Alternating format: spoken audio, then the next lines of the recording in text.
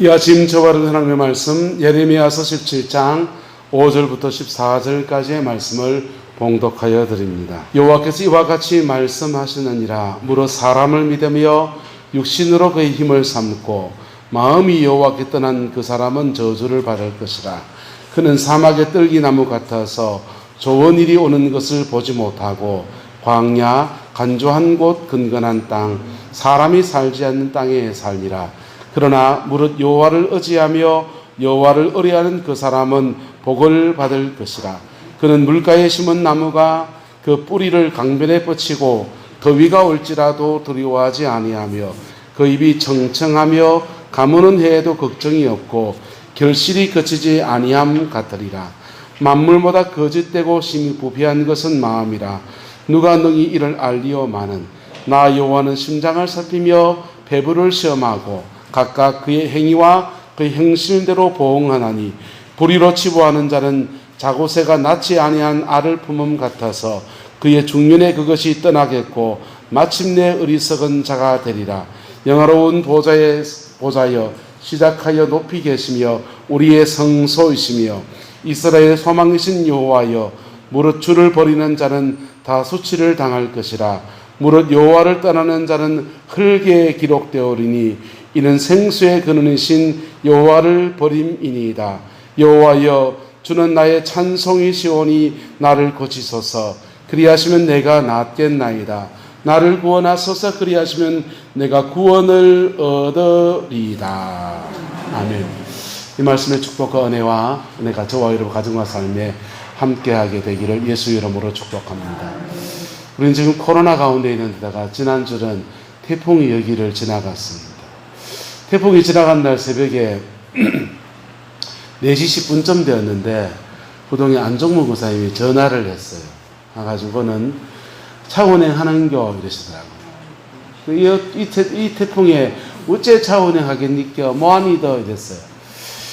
근데 그 말 받고 나니까 왠지 마음에 찝찝한 겁니다. 야, 이 새벽에 이 태풍 중에 새벽 기도를 오시려고 하는 분이 계시다면 혹시나 누가 오지 않겠나 해서 끈끈하게 불도 다 꺼졌고 전화도 안 되는데 집사람이랑 둘이서 교회를 나왔더랬습니다.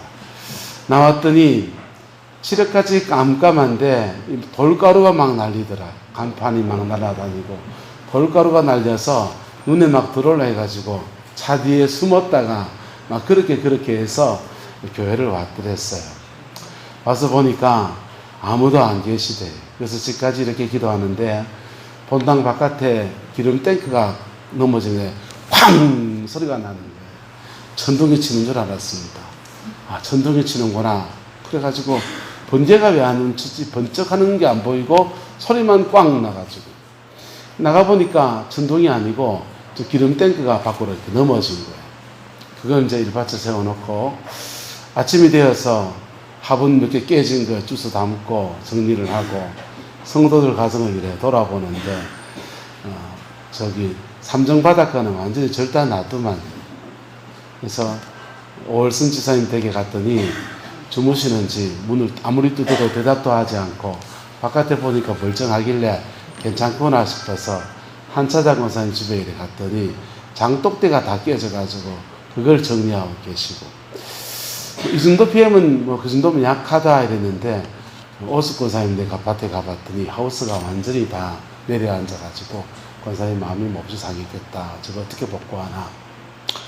이 권사님 내 가봤더니 하우스가 이렇게 눌려가지고 이렇게 휠 때가 휘었어요.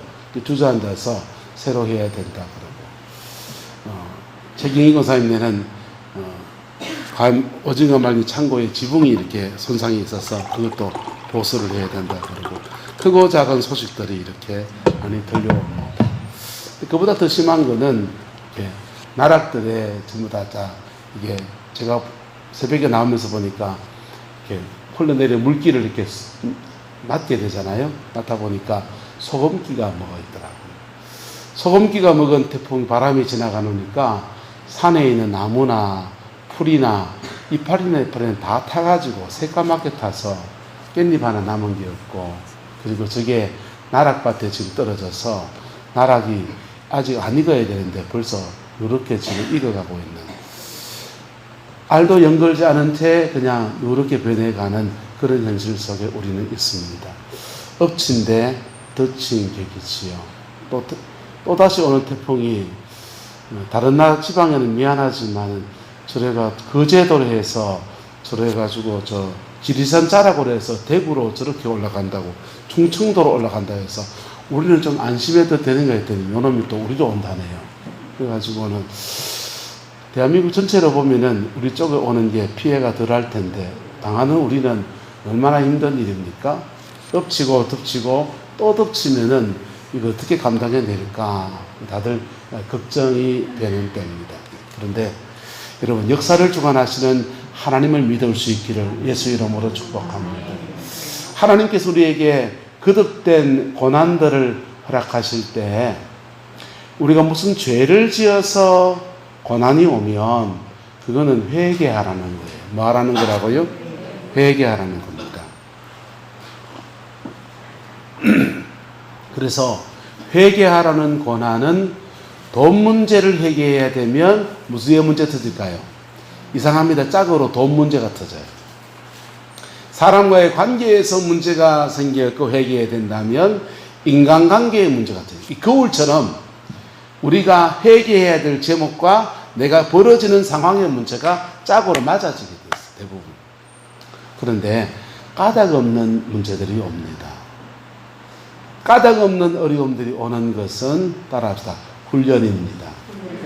까닭 없는 어려움이 오는 것은 하나님이 그를 훈련시키는, 낮추시고 훈련시키는 겁니다. 때로는 인생은 이 두 가지가 겹쳐오기도 합니다.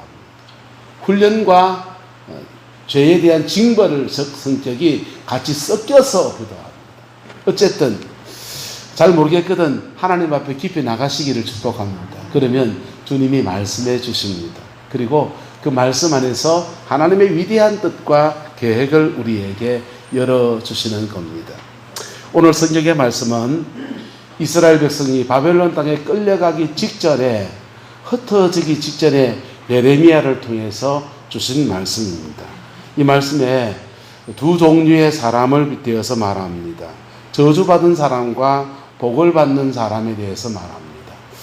끌려가는 사람들에게 너희들 끌려가는 그 자리에서 저주가 될 수도 있고 모두 될 수 있고 축복도 될 수 있고, 징계 가운데 어려움 가운데 처하여 가는 주의 백성들에게 너희들 그 어려움의 속에서 저주가 될 수도 있고 모두 될 수 있고 축복도 될 수 있고, 오늘 우리의 상황과 비슷한 것입니다. 거듭되는 어려움이 우리에게 닥쳐오고 있는데 이것이 저주가 될 수도 있고 모두 될 수 있고 축복도 될 수 있고, 누구의 선택에 달렸습니까? 이건 하나님의 뜻이 아니고 우리의 선택에 달려있는 거예요. 우리가 무엇을 택하느냐에 따라서 그 선택의 결과들의 열매는 달라지는 것입니다. 저주받는 사람부터 말하여 보겠습니다. 5절과 6절에 저주받는 사람에 대해서 이야기합니다. 여호와께서 이와 같이 말씀하시니라. 무릇 첫 번째 저주받는 사람의 특징은 뭐냐? 누구를 믿는다 합니까? 사람을 믿음의 대상으로 삼는다라는 거예요. 두 번째는요, 육신으로 그의 힘을 삼는다라는 겁니다. 그리고 마음이 어디에 있다? 여호와께서 떠난 그 사람은 저주를 받을 것이다, 그렇게 말했습니다. 여러분, 사람을 믿는다라는 말이 무엇이냐 하면은, 여러분 주변에 힘이 되는 사람이 있다면 그 사람을 의지하는 겁니다. 하나님께서 때로는 우리에게 사람을 통해서 축복하실 때가 있습니까? 없습니까? 있지요. 사람이 인복이 있는 사람이 있어서 정말 만남의 축복이 있는 사람들이 있어요. 할렐루야. 사람이라는 것은 우리에게 복의 통로가 될 수 있는 놀라운 존재들입니다. 그런데 그것을 하나님보다 더 신뢰하는 믿음의 대상으로 가지고 있을 때 그것이 그에게 저주의 제목이 된다는 거예요. 두 번째는 육신을 그의 힘을 삼는다라는 겁니다. 여러분, 육신을 그의 힘으로 삼는단 말은 육체의 남은 힘, 내가 건강이 있는데, 내가 똑똑한데, 세상적인 힘, 내가 이런 재능이 있는데, 내가 은행에 돈이 이만큼 있는데 라고 하는 것들입니다. 그가 가지고 있는 그 힘들을, 그들을 자기의 힘으로 삼고 있는 사람을 말합니다. 그 사람들은 마음이 어디서 떠났다 합니까? 여호와께서 떠난 그 사람들이라는 거예요. 그 사람은 저주를 받는데 그 사람은 어떤 상황에 처해 있느냐? 6절. 그는 사막의 떨기나무 같다 했어요. 여러분, 사막에 있는 떨기나무는 굉장히 이렇게 바짝 말라 있습니다. 너무 바짝 말라 있어서 물기가 없고 가끔씩 이 나무에서 이렇게 휘발성 물질이 발현되어질 때 뜨거운 태양빛에 불이 타버려요. 그렇게 해서 사막 속에 있는 떨기나무는 별로 가치 없는 그런 나무예요. 그의 인생은 사막의 떨기나무 같다는 겁니다. 좋은 일이 오는 것을 본다 못 본다? 보지 못한다. 그가 사람을 믿고 있는데 육신으로 그의 힘, 그의 재능이 있는데 좋은 일이 오는 것을 보지 못하고 강야 간조한 곳이라 해서 이 간조란 말은 소금기가 있는 땅이라는 뜻이에요. 소금기가 있는 땅에 근근한 땅은 물기가 없다 이런 뜻이죠. 사람이 살지 않는 그런 땅에 마치 거하는 것과 같은 그런 인생이 된다라고 하는 것입니다. 그리고 그 사람들을 또 빗대서 말하기를 11절에 불의로 치부하는 자는 자고 새가 낳지 아니한 뭘 품는다 합니까? 알을 품는다 그래요. 여러분, 뻐꾸기라는 새가 있지 않습니까? 뻐꾸기라는 새는 다른 새의 둥지에다가 자기 알을 낳습니다. 주로 어목눈이라고 하는 새의 둥지에다가 자기 알을 낳아요. 그러면 어목눈이는 이 뻐꾸기의 알을 자기 알같이 자기가 낳은 알처럼 그렇게 품습니다. 그렇게 품는데 어목눈이의 새끼보다 뻐꾸기의 새끼가 며칠 일찍 부화를 해요. 일찍 부화를 하면 깨어난 뻐꾸기의 새끼가 궁뎅이로 나머지 알들을 다 밖으로 밀어 떨어뜨려 버리는 거예요. 자기만 남습니다. 그때부터 어목눈이는 하나밖에 없는 독생자, 자기 아들인 줄 아는데 누구 아들입니까?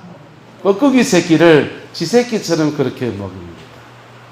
그래 먹여가지고 다 키워놓으면 얘는 지십니까? 남의 십니까? 남의 신에서 휠라 날아가 버리는 거예요. 그런데 이 뻐꾸기보다 더한, 이 어목눈이보다 더한 게 뭐냐면 이 자고새입니다. 자고새는 껌과의 새인데요. 이 새는 다른 새의 둥지에 욕심이 많아서 다른 새의 둥지에 있는 알을 훔쳐다가 자기 둥지에다 갖다 놓는 거예요. 그래가지고는 다른 새 둥지에 있는 알들, 이 알 저 알을 다 끌어모아가지고 그걸 부화를 시킵니다. 남이 내 둥지에 놓은 알이 아니고 딴 새가 낳은 알을 자기 둥지에 갖다 놓고 그거를 부화를 시켜요. 그래가지고는요, 열심히 먹이고 그리고 돌봐주고 해서 때가 되면 깨어난 이 다른 새의 알들이 오지랖이 넓어서 많은 사회를 유익하게 하는 축복의 존재죠. 그죠? 자기에게는 아무 유익함이 없는 그러한 처지에 되어버리는 것입니다. 그의 중년에 그것이 뭐 한다 합니까? 떠나겠고 마침내 어리석은 자가 된다는 겁니다. 인생이라고 하는 것이 저주받은 인생들이 바로 이런 특징을 나타낸다는 거예요. 젊은 날 힘이 있을 때 자기의 힘을 의지하고 자기 능력을 의지하고 그리고 그 힘 가지고 열심히 살아가다가 그런데 나이가 들어보면 그의 중년에 이르렀을 때 인생이 참 허망하다는 거예요. 인생이 참 허망하다. 그래서 중년기에 남자들은 뭘 타고? 가을을 타는 거예요. 여자분들은 봄을 타고 남자들은 가을을 탑니다. 왜 가을을 타냐? 남자들은 바깥주인이라 그러잖아요. 바깥주인, 안주인. 그래서 바깥의 인들에 집중하는 사람들인데 바깥에 자기 일들 속에서 뭔가 이루어지는 것이 없고 자녀들 속에 열매가 안 나오고 그럴 때 인생이 허망하다라고 합니다. 그래서 중년의 남자들, 사춘기를 거치는 남자들은 사실은 굉장히 많이 흔들리는 때를 보내는 것이죠. 이게 저주받은 사람들의 이야기입니다. 그런데 축복받은 사람들을 말합니다. 똑같은 위기를 바벨론 땅에 끌려가서 주의 백성들이 겪게 될 겁니다. 남빛에서 종살이 해야 되고요. 그 속에서 신앙 하나 유지하는 것이 어려운 시대를 살아갑니다. 그런데 축복받은 사람들이 있는데 7절 우리는 여호와를 의지하며 여호와를 의뢰하는 그 사람은 무엇을 받는다 합니까? 복을 받을 것이라는 것입니다. 그는 물가에 심겨진 나무가 그 뿌리를 어디에 뻗치고 강변에 뻗치고 그 다음요 더위가 온다 안 온다? 더위가 온다는 거예요. 이 물가에 심겨진 복받은 사람들도 더위가 오고 그리고 가뭄은 해도 오고 그런 인생의 여러 가지 문제는 동일하게 겪는다는 거예요. 그런데 그 문제들을 뛰어넘으면서 잎이 청청한 은혜를 얻고 가뭄은 해도 걱정이 없고 결실이 그치지 않는 은총의 역사로 나가게 된다는 것입니다. 왜요? 왜 이 사람들은 그렇습니까? 13절에 말합니다. 무릇 여호와를 떠나는 자는 흙에 기록되오르니 이는 생수의 근원이신 누구를 버림이라? 여호와를 버림이라. 바벨론 땅에 끌려가는 사람들 중에서 두 가지 현상이 나타나는데 흩어진 그 자리에서 성전마저 무너진 그 자리에서 그 자리에서 살아계신 하나님이 여전히 여기에도 함께 하심을 믿고서 하나님을 의지하는 사람이 있고 하나님을 떠나는 사람이 있다는 겁니다. 하나님을 떠나는 사람들은 여호와를 떠나는 자는 흙에 기록되오리니 뭐에 기록되오리니 흙에 기록되리니 그 사람들은 사막의 떨기나무 같고 좋은 일이 오는 것을 보지 못하고 광야 간조한 곳에 거하게 될 거라는 것입니다. 그런데 그 이역만리 타영에 떨어진 그 자리에서 그곳에서도 하나님이 계심을 믿고 하나님을 의지하는 그 사람들에게 하나님께서 생수의 근원이 되셔서 그 광야 같은 곳에 그 간조한 땅에서 가뭄은 해도 결실하는 은총을 주시고 세기를 여시는 역사들을 만들어 가시겠다라는 것입니다. 할렐루야. 이 은혜가 저와 여러분의 가정과 삶에 또 이민족 가운데 함께하게 되기를 예수님의 이름으로 축복합니다. 여러분, 캘리포니아 사막에 가면 그긴 사막지대예요. 나무를 심을 수 없고 농작물을 기를 수 없는 곳입니다. 미국이 돈이 많은 나라잖아요. 산을 뚫어가지고 그 옆 지방에 있는 물을 끌어다가 사막 한가운데 캘리포니아 한가운데다가 농장을 하는 겁니다. 그 농장에서 만들어가지고 여러분 재배해서 우리나라까지 오는 게 있습니다. 뭔지 압니까? 예? 어째야 합니까? 캘리포니아 오렌지, 델몬트 오렌지요. 따봉 가는 그거요. 여러분, 캘리포니아 오렌지가 그렇게 나옵니다. 간조한 땅, 햇빛이 장렬해서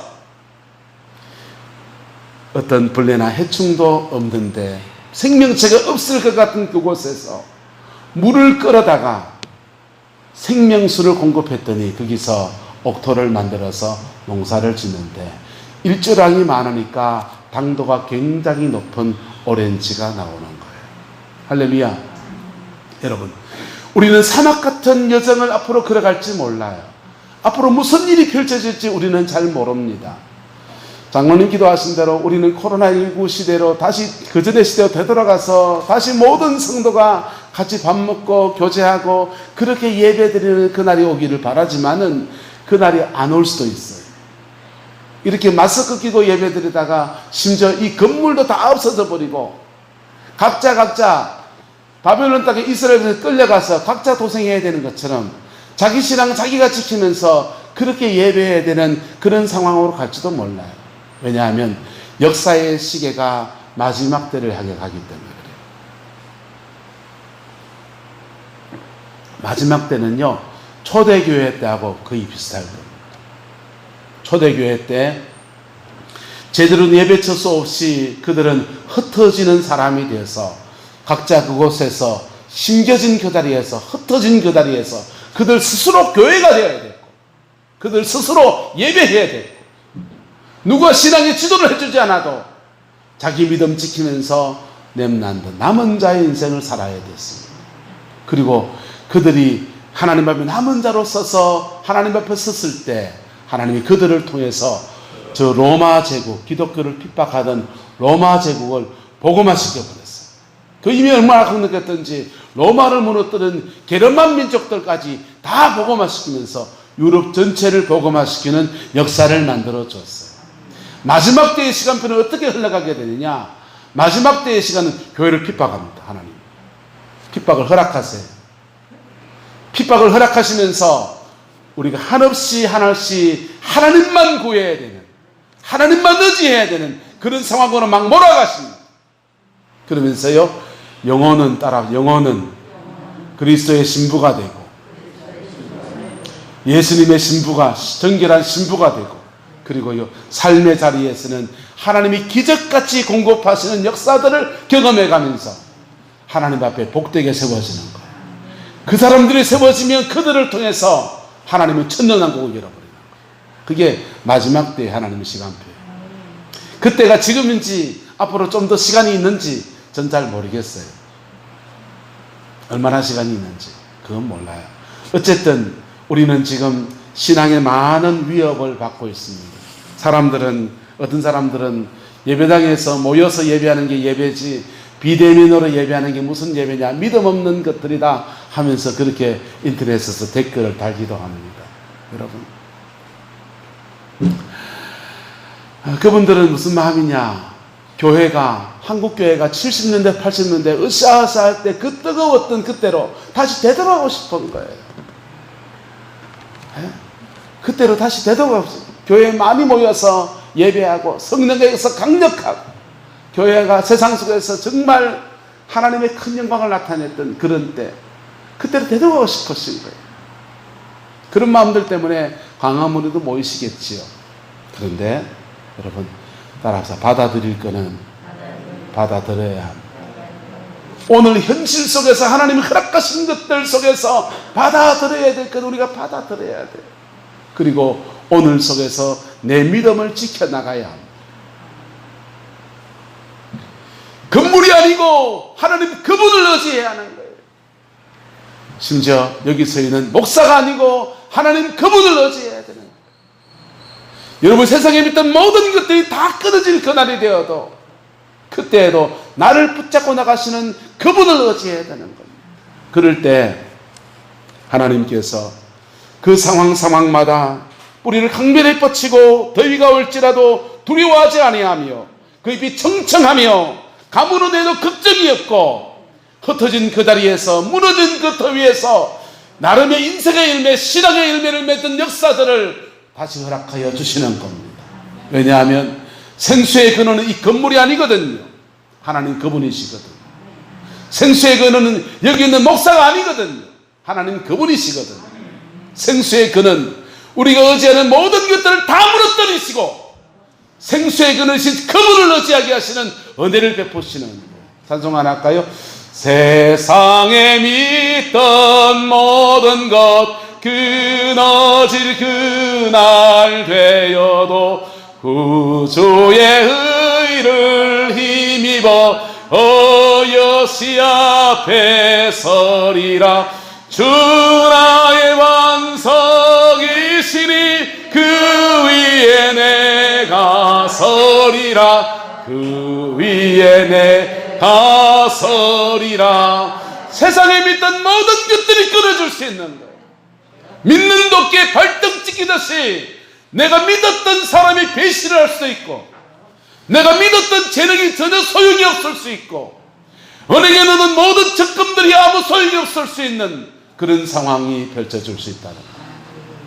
그때 우리는 내가 정말 무엇을 믿어왔는지, 내가 정말 의지하는 것이 무엇인지가 백일하에 드러나거든.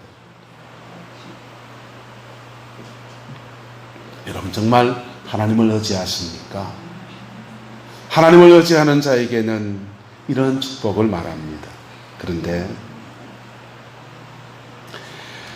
이 말씀을 기록한 선포하는 예레미야가 14절에 이렇게 고백합니다.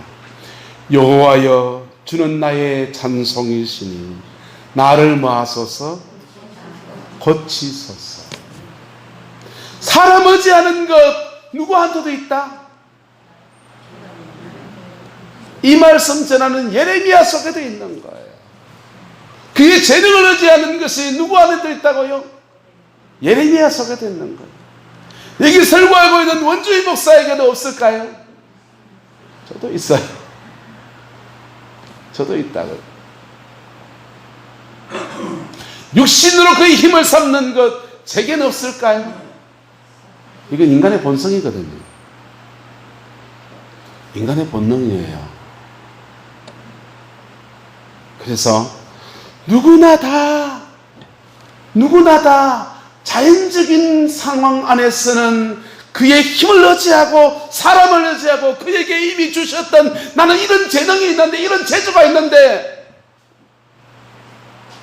하나님의 마음을 두고 하나님을 의지해서 그분으로부터 공급하심과 그분의 이끄심보다 눈에 보이는 이 재능이 보이되는데 눈에 보이는 이것이 당장 힘이 되는데 그런 겁니다. 여러분, 목회를 하면요, 하나님이 그 목회자가 될 사람 훈련시키잖아요. 훈련시키는데 훈련시키는 제목은 딱 하나예요, 사실은. 딱 그 찬송만 부르면 맞아요. 주만 바라볼지라. 누구만 바라볼지라? 주만 바라볼지라. 이런 일 저런 일, 이런 사람 저런 사람 수많은 것들 속에서 주님만 바라보는 것.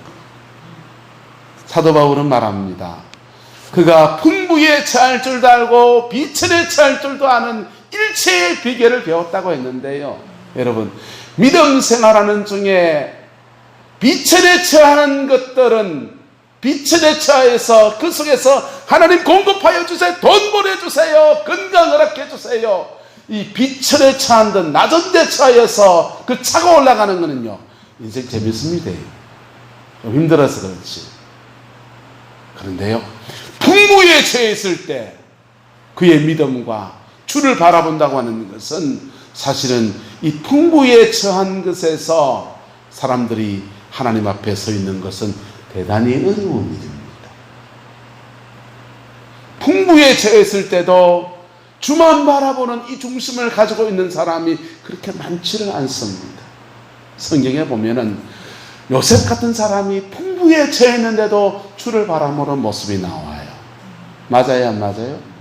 그런데 다윗이란 사람은 비천에 처했을 때 주만 바라보고 나의 반석이신 여호와여, 나의 힘이 되신 여호와여 그랬던 사람이 풍부에 처했더니 용상에 올라갔더니 주를 바라본 게 아니라 딴 것들을 바라보기 시작합니다. 그가 의지하는 것들이 다른 것들이었고 그가 심지어 보지 말아야 될 것을 보면서 정욕에 그의 인생을 탕진해 버리기도 했어요. 그가 풍부의 자리에서 하나님 앞에 오그라지는 그런 순간이었습니다.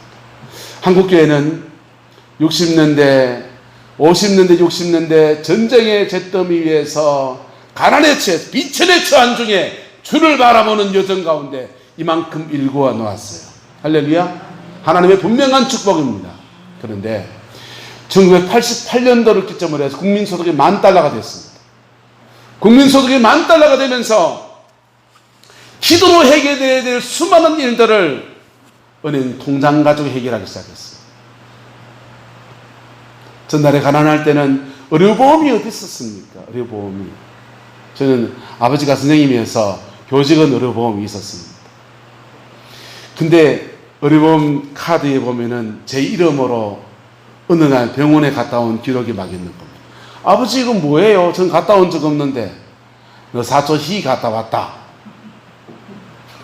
알고 봤더니 제 카드 가지고 의료보험증이 없는 사촌 형이 그거 치료받고 어느 날 보니까 도장이 많이 찍혀 있어요. 엄마 이름으로 고모도 치료받고, 엄마 이름으로 큰어머니가 와서 병원에 진료를 받고 가고, 그래 가난해서 자기 의료보험 카드도 없는 그런 나라였잖아요. 가난해서 병원에 가면은 돈 들어서 해결할 길이 없어서 돈으로 해결할 수 없는 것들을 하나님 의지에서 몸부림쳤던 믿음의 선배들 덕분에 오늘의 이만큼의 풍부의 역사로 세워졌습니다. 할렐루야. 그런데 이 풍부의 터 위에서 우리가 주를 바라보는 중심에서 너무나 이탈되어 있는 거예요. 불신자들 얘기가 아니고 교회 얘기예요. 교회. 풍부의 터 위에서 주님을 바라봐야 될 목사님들이, 장로님들이, 제 얘기네. 가만히 여러분들 마찬가지. 풍부의 터 위에서 많은 것들을 돈으로 해결해 나가. 주님을 바라보는 이 중심에서 이탈되어져. 한국교회 위기다 소리를 수없이 많이 했습니다.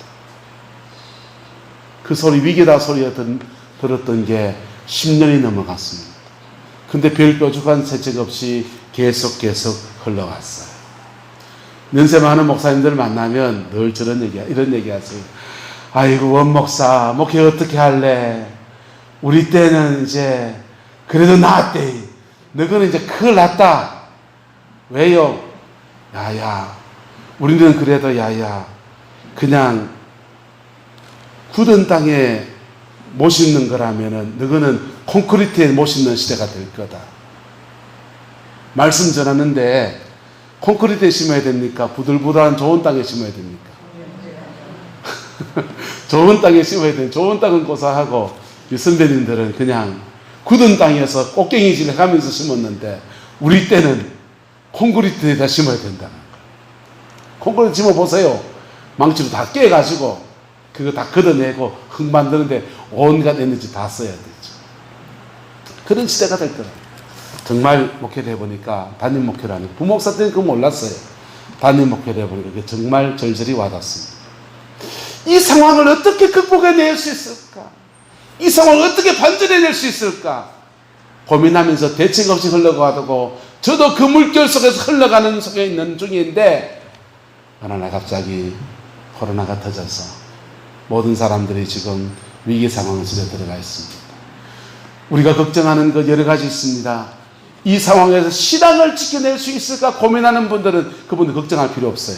그분들은요, 인터넷으로 수없는 많은 설교도 듣고 강의도 듣고, 스스로 신앙을 지켜가는 분들입니다. 이 상황에서 정말 걱정되는 사람들, 세 가지들 어떻게 케어해낼 수 있을까? 교회 안 오시는 대로 집에서 편안히 쉬십시오, 이렇게 해야 되는 그런 상황에서 어떻게 지켜낼 수 있을까? 이게 진짜 고민이죠. 근데 그것보다 더 심한 고민이 여러분들 중에 뭔지 압니까? 이 풍부가 끝나지 않을까라는 고민이에요. 무슨 고민요? 이 풍부가 끝나지 않을까? 여러분, 저는 광화문에서 집회하시는 분들을 별로 두둔하지 않습니다. 그런데 광화문에 집회하신 분들은 그거 돈 때문에 했습니까? 자기 나름의 대의를 가지고 한 겁니까? 그분들이 믿는 대의지요. 돈 받으려고 가서 뭐였습니까? 아니요. 그분들의 나름의 대의를 가지고 나라가 걱정된다, 이래가지고 모인 것이요. 나이 드신 분들의 입장에서 보면 그렇게 보일 수도 있다고 생각합니다. 그런데 거기 민노총 파업은 그 사람들은 대의를 위해서 모인 겁니까? 돈 때문에 모인 겁니까? 왜 모인 겁니까? 돈 때문에 모였잖아요. 전공의들을, 의사들이 의료 현장의 파업은, 이 코로나 시대, 막중한 시대에 의료 현장의 파업은 그 사람들이 왜 파업합니까? 공공의대에 설립해서 의사가 많아지면 뭐 떨어질까봐. 뭐 떨어질까봐요? 오석 권사님, 뭐 떨어질까봐 뭔지 압니까? 의료질이 떨어진다? 거짓말하지 말라 그래요. 밥그릇 값이라. 돈 때문에 뭐.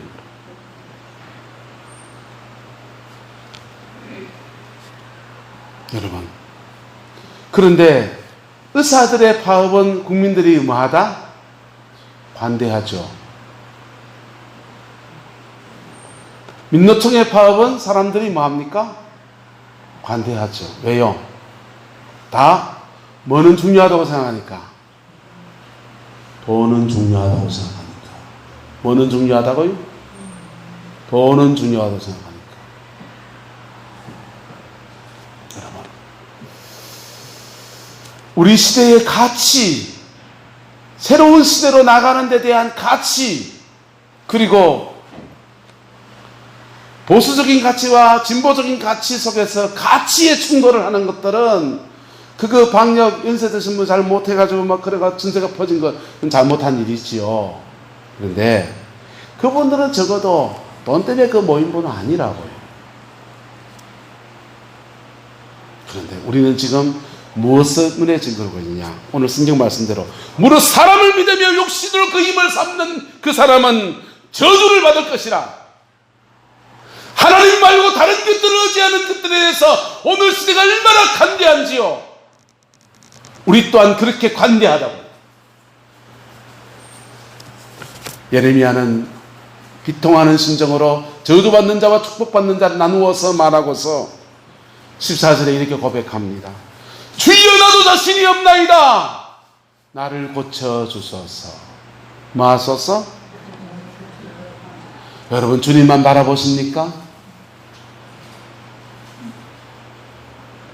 주님만 바라보시기를 예수 이름으로 축복합니다. 주님만 바라볼 수 없는 상황으로 몰고 간다니까. 예레미야 때는요. 우리 시대는 어떨지 몰라요. 그런데 보세요. 이것저것 다 없어지기 전에 주를 바라보면요, 따라 주신 물질은 하나님의 축복의 통로입니다. 붙여준 사람들은 하나님의 뭐의 통로입니까? 축복의 통로입니다. 풍부에 처하든지 비천에 처하든지 주를 바라보는 사람들에게는 붙여준 물질도 축복의 통로고, 그가 가진 재능도 축복의 통로고, 붙여준 사람들도 하나님의 축복의 통로예요. 그런데 주님을 바라보지 않는 사람들에게 붙여진 물질들은요, 우상입니다. 붙여진 사람들은요, 하나님의 다른 것을 의지하는 우상이라고요. 이 미묘한 차이를 아시겠습니까? 오늘 우리가 무엇을 해야 되느냐? 하나님이 그나마 아직까지 이만큼 허락하셨을 때, 다 거두지 않았을 이때에 예수 바라보는 그 은혜가 있기를 예수 이름으로 축복합니다. 아직 이만치 하나님이 긍휼 가운데서 기다리고 있을 이때에 하나님의 얼굴을 구하고 주를 바라보는 은혜가 있기를 예수님의 이름으로 축복합니다. 야고보서는 이렇게 말합니다. 풍부에 처한 자는 그의 낮아짐을 자랑할 것이요, 낮은 데에 처해 있는 사람은 그의 그리스도 안에서 높음을 자랑할지니라. 풍부, 돈 있는 사람, 재능이 있는 사람, 사람 인맥이 있는 사람, 자식이 힘이 단 사람, 이런 분들은요, 그리스도 안에서 뭘 자랑하고? 낮아짐을 자랑하고, 그리고 누구를 바라보고? 주를 바라보고. 낮은 데 처해서는 속된 말로 짓불도 없는 사람, 이런 사람들은 그렇지만 나는 하나님이 나와 함께 하신다, 하나님이 이렇게 이끌어 가신다, 하나님 날 공급하신다, 그 믿음 바라보고서 주를 바라보라는 것입니다. 여러분, 거꾸로 적용하면 안 돼요. 낮은 자가, 비천에 처한 자가 비굴해지면 안 되고요, 풍부에 처한 자가 교만해지면 안 되는 겁니다. 오늘 우리 시대는 이것을 다시 조정해야 되는 중요한 터닝 포인트에 있습니다.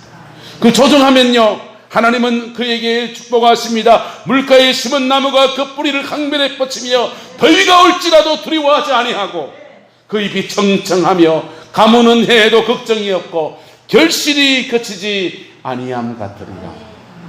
할렐루야. 이 은혜와 이 복이 저와 여러분의 가정과 삶에 함께하게 되기를 예수님의 이름으로 축복합니다.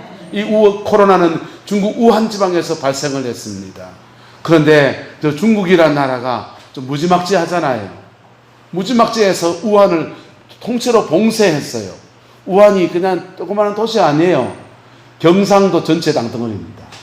경상도 전체 땅덩어리 통째로 봉쇄해가지고 그냥 살든지 죽든지 그냥 다 던져버려요. 그리고 무지막지하게 봉쇄해서 극복을 했어요. 그래서 중국식 코로나 극복법을 서방 세계나 다른 나라들이 전혀 카피하지 않았습니다.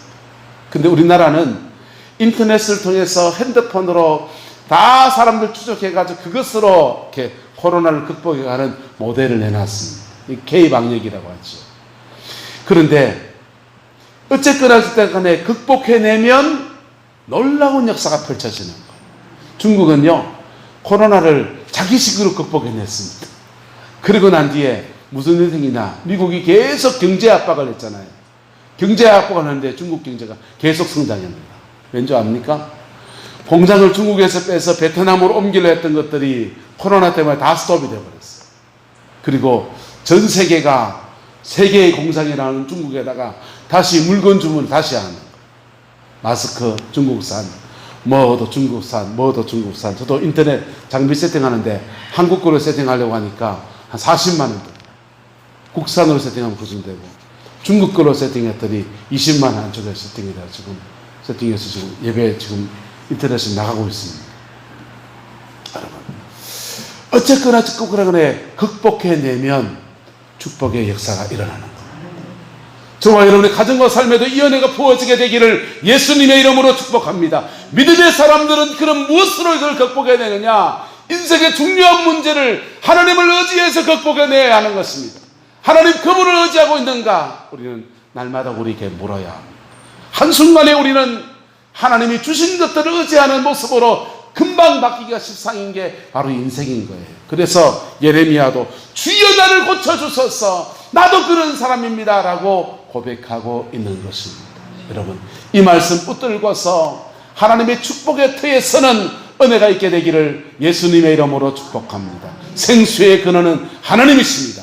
그 하나님을 의지하는 자에게는 하나님이 몰아가도 질러가는 역사를 허락하여 주시고, 넘어져도 그 속에서 다시 일어나는 용기도 주시고, 넘어진 그 자리에서 세기를 여시는 역사들을 하나님 허락하여 주시는 겁니다. 그분의 인도하심과 그분의 역사하심 속에서 승리하는 남은 생이 되시기를 주의 이름으로 축복합니다. 기도하겠습니다. 좋으신 아버지 하나님, 생수의 근원은 하나님이신 것을 고백합니다. 아버지 하나님, 생명과 삶의 모든 자리에서 축복을 이끄시는 주의 역사가 이루어지게 하시고, 아버지의 그 신실함 안에 온전하게 설 수 있도록 인도하여 주옵소서. 여호와께서 함께하여 주옵소서. 아버지, 복으로 승리할 수 있기를 원합니다. 지금은 우리 구주 예수 그리스도의 은혜와 우리 하나님의 그 크신 사랑과 성령 하나님의 내주 교통하시며, 이 코로나 상황 안에서 태풍 중에서도 우리와 함께 하시고 우리의 목자가 되시고 걸음걸음 인도하시고 공급하시고 승리케 하시는 그 놀라운 역사가 오늘 믿음으로 예배를 드리고 이 말씀, 나의 말씀을 붙드는 성광의 모든 성도들 위에, 인터넷에서 예배하는 주의 백성 모두들 위에 지금부터 영원토록 함께 계시기를 간절히 축원하옵나이다. 아멘.